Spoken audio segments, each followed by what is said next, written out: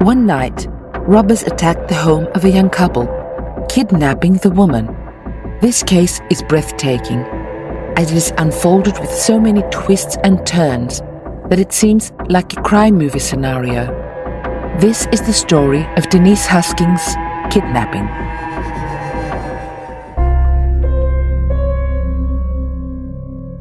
We are in the city of Vallejo in the state of California, United States of America, late in the afternoon of March 23rd, 2015.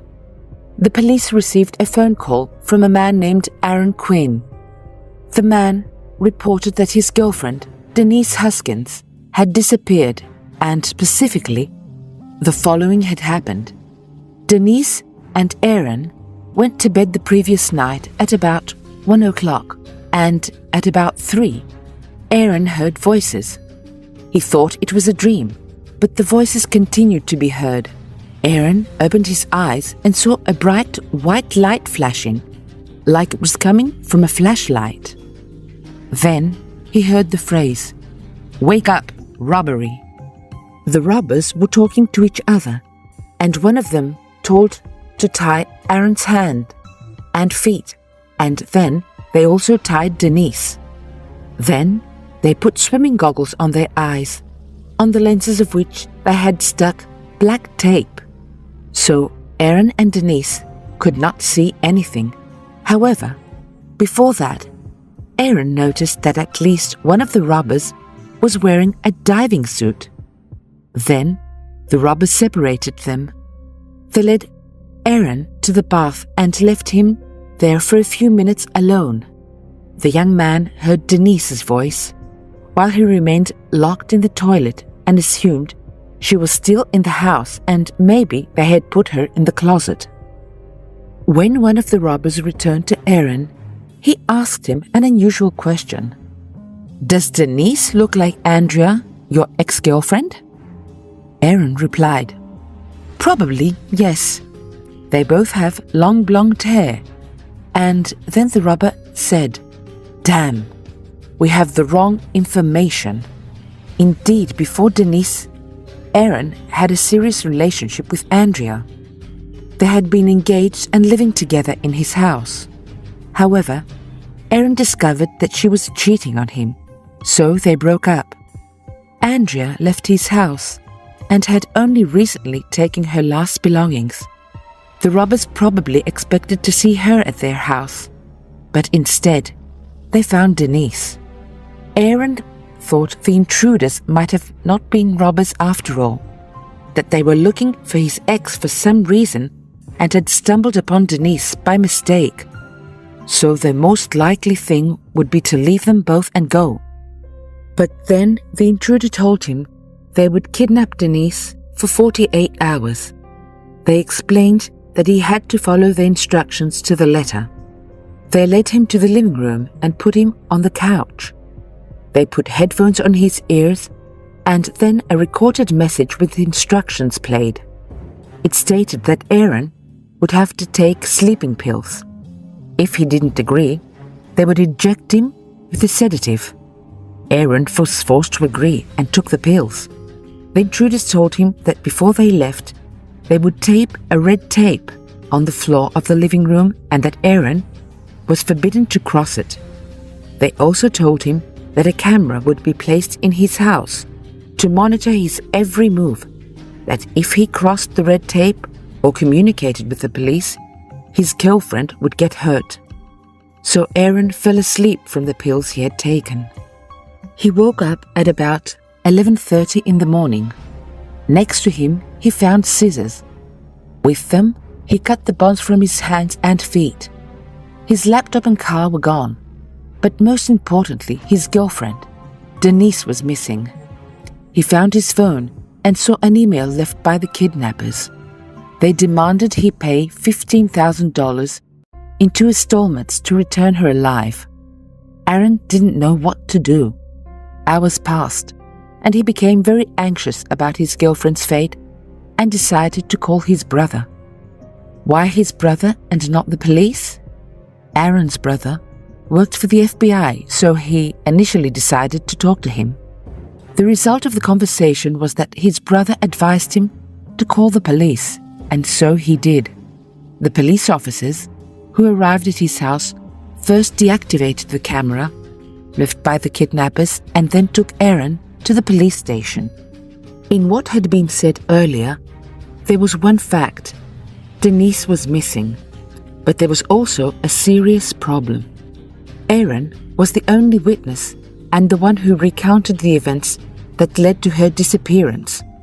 However, if we look at the story from another perspective, it doesn't seem very real.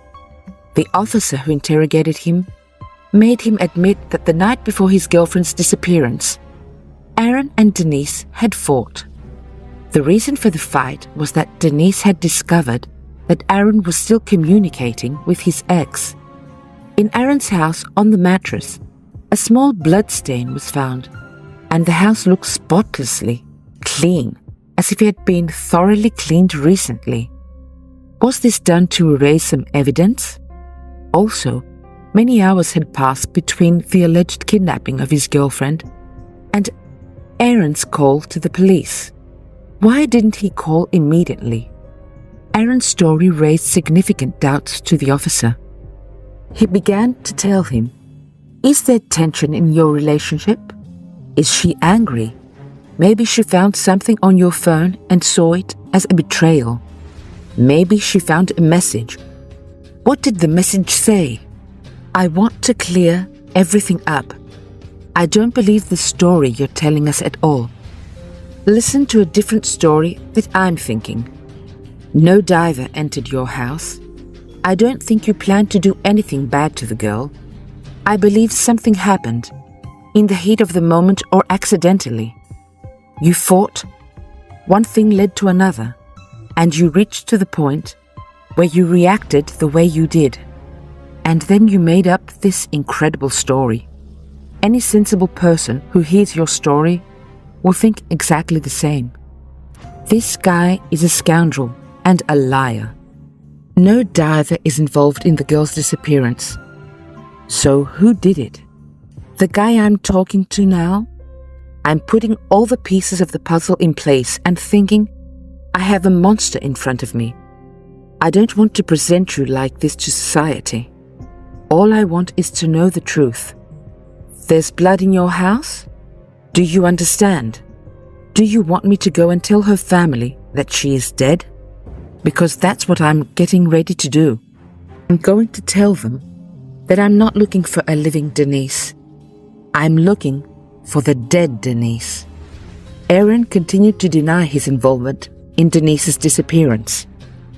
The police instinct told them that Aaron knew more than he was saying. They offered him to take a lie detector test, and he agreed, but he failed. Now the police began to pressure him even more. Without a doubt, you failed the lie detector miserably. I did nothing, he claimed. The police insisted. Okay, maybe you didn't do anything premeditated.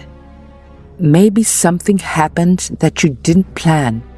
Tell us, but don't tell us about 3 men who entered your house, dressed as divers and took her. That didn't happen. Tell us, where is she? Aaron shouted, I don't know where she is. I want you to find her. I don't know where she is. Maybe I need a lawyer. We're done. It was obvious that Aaron had something to do with Denise's disappearance. But how would they make him confess? The police began to search for the girl's body, hoping to find evidence and force him to admit his crime. The searchers intensified. However, suddenly, something unexpected happened. On March the 24th, the day after the girl's disappearance, a local newspaper reporter received an email. It contained an audio message. I'm Denise, and I'm alive. To prove to you that this recording was made today and is not older, I mention a news story from today's news bulletin. Today, an aviation tragedy happened in the Alps. 150 people lost their lives. Indeed, a few hours earlier, this aviation tragedy had occurred and was played everywhere on the TV. So this was proof that Denise was still alive. One day after her abduction. Considering this message, the police began to think that maybe Aaron was telling the truth and that he was probably not guilty of the girl's disappearance, much less for her death. The same day, they returned the phone they had confiscated earlier to him. The police had put the phone in flight mode, a mode that prevents incoming calls and messages.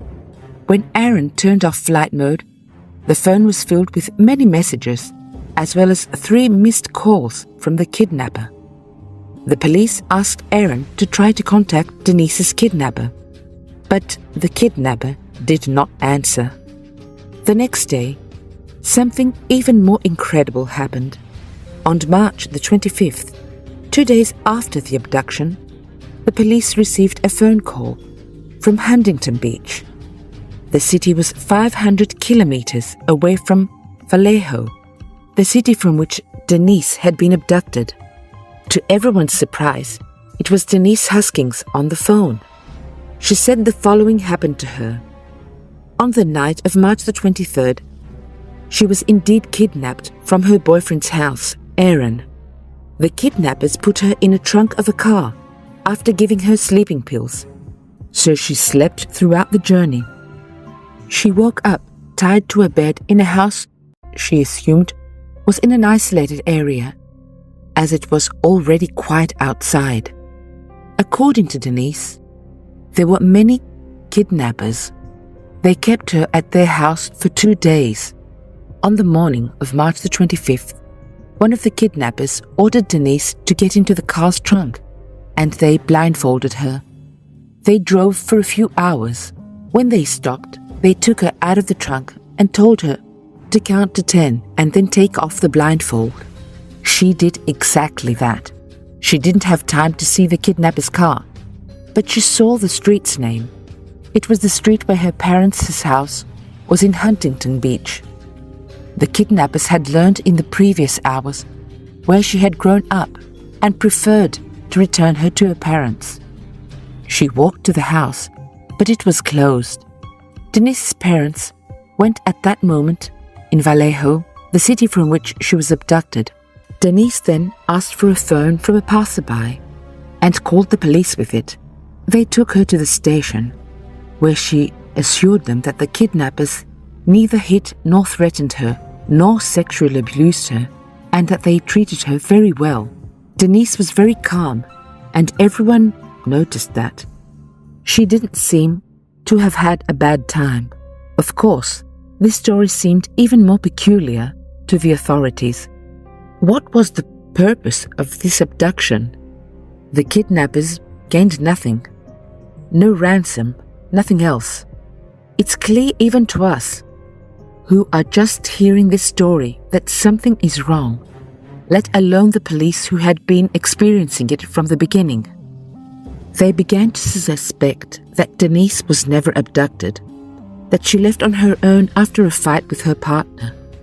Some police officers even thought that both Aaron and Denise were playing games with the authorities to gain publicity or play pranks on each other because their relationship might have been troubled with fights over ex-partners. His story with the diver, kidnapper robbers, and hers with the kidnapping without any benefit or harm seemed completely fake. More than 40 police officers had been engaged in investigations, and a lot of public money had been wasted on a fake kidnapping. The chief police officer stated, "What the couple told us was very hard to believe from the beginning. But despite that, we conducted investigations. We couldn't confirm anything. We wasted a huge amount of human and material resources. Mr. Quinn and Miss Huskins stole valuable resources from our community. The real victims are our community members, and Mr. Quinn and Miss Huskins must apologize to us. Once the investigation is complete, we will pursue prosecution against them at the state and federal levels." Denise's reappearance caused a storm of reactions in the media and on social media. Her story was incredibly similar to the book and film, Gone Girl. The film had been released just 5 months prior. It's a psychological thriller in which a woman fakes her own disappearance to get back at her husband for his infidelity. Denise seemed to have staged her disappearance, just like the movie's protagonist. Besides the police, citizens were also outraged. They posted hateful phrases on Denise's Facebook wall, such as, "You should have died for real." The news showed her in the center of the screen with scenes from the movie in a window, emphasizing the similarities. Denise began to go out wearing a black hoodie and covering her head with its hood. Later, she stopped going out altogether and refused to talk to the police. She had now disappeared again voluntarily and was hiding in an unknown place. The police made a proposal to the couple.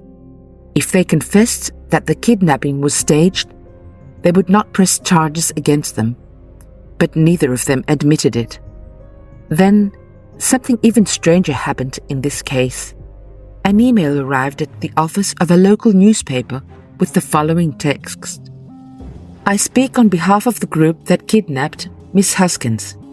We are a group out of what we would probably call thieves, although we don't consider ourselves such. We are more than 2 people and fewer than 8. We kidnapped Miss Denise Huskins. We did it. We will present indisputable evidence of this. We'll not surrender or reveal our identities. We prefer to risk exposing the truth than to live in a world where an innocent girl like Denise Huskins becomes a victim again. Until the night of the abduction, we didn't know who Miss Huskins was. We assumed Aaron's ex-girlfriend would be at the house. In reality, we didn't want to harm anyone. We are adults and have just recently graduated from college. Until now, this felt a little like a game or adventure. We imagined ourselves as classy criminals who only took the unnecessary from the people. Without wanting to, we harmed Denise Huskins. Now we feel terrible. And although we don't have the courage to surrender to the police and spend the rest of our lives in prison, we want to tell the truth, so that the life of a truly good person isn't destroyed. 2 days after this email, the police received another mail, supposedly again from the kidnappers, stating, "The Vallejo Police Department has 1 day to apologize to Miss Denise Huskins. The apology must include the words, 'We are wrong,' or something like that. It must be a specific apology without insinuations that the victim staged the abduction. Otherwise, our team will be forced to take action. No, it won't be a new abduction. You'll see what it will be. If there's no apology within 1 day, we will start another process. No, we won't harm anyone. However, the Vallejo Police Department will regret it. Do the right thing. You must apologize to Miss Denise Huskins. You have until noon tomorrow to do it." Of course, the police did not make any statement of apology. This led to new emails with threats, but there were no real actions, only words.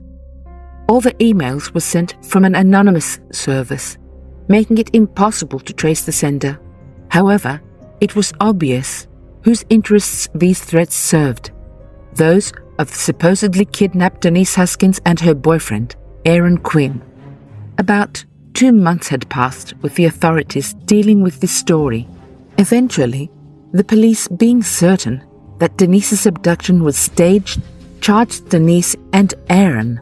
They were accused of false statements. The prosecutor was ready to take the case to the court. But then, something happened in another city, 65 kilometers away, which again turns our story around. On June the 5th, 2015, in the city of Dublin, California, United States of America, an attempted robbery took place. Late at night, someone broke into the home of 60-year-old Chan Yen and his wife, 50-year-old Lynn. He told them he was going to rob them and kidnap their 22-year-old daughter. The would-be robber ordered his victims to lie face down. He tried to tie them up, but suddenly the 60-year-old Chan Yen got up and started fighting with the robber. At the same time, his wife called the police. The robber fled, but when the police arrived at the house, they found his phone on the floor, which he had probably dropped during his struggle with Chan Yen. It was immediately determined that the phone belonged to a man named Matthew Muller. The police went to his house. There they found black ski masks, a diving suit, red duct tape, swimming goggles with black tape, plastic restraints, sleeping pills, a fake gun with a flashlight, and a life-size doll. Many of these items could be connected to the attack on Chan Yen's house, but not only to this one. The car parked outside his house was stolen. The data from its GPS showed that it had recently been in Huntington Beach, the city where Denise was released. Additionally, Aaron Quinn's stolen laptop was found at the man's house. And the culmination, a blonde hair was stuck to the tape of the swimming goggles, whose DNA matched Denise Huskins' DNA. But who was Matthew Muller? Matthew Muller grew up in a fairly ordinary family. His parents were teachers. He was a good student at school. Then he joined the Navy, and after completing his service, he entered law school. In 2003, he married a woman he met in Prague and moved to Boston. There, Matthew taught at one of the law schools. In 2008, he was diagnosed with bipolar disorder. He was prescribed medication, but he didn't take it because he didn't like the side effects. Then Matthew and his wife moved to California. There Matthew got a job at a large law firm. He continued not taking his medication, causing his condition to worsen. He started hearing voices in his head. Meanwhile, his wife left him. He was fired from the firm he worked at, and his life took a downturn. The Dublin police began searching for blonde women who had been victims of robberies and sexual abuse among the unsolved cases they had on file. They found many whose patterns resembled Matthew Muller's. For example, in 2009, a woman reported that someone broke into her house, put swimming goggles with black tape on her lenses, gave her sleeping pills, robbed her, and sexually abused her. Similarly, this happened in 2012 to another woman. In 2015, Matthew moved to the city of Vallejo. He rented a house near Aaron Quinn's house. At some point, he probably noticed Aaron and his girlfriend. At that time, Aaron's girlfriend was Andrea, and she was probably his target.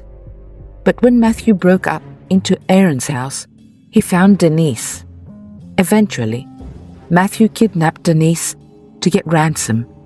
The next day, he had her record the message with the news of the day to prove she was alive in case he finally managed to get the money.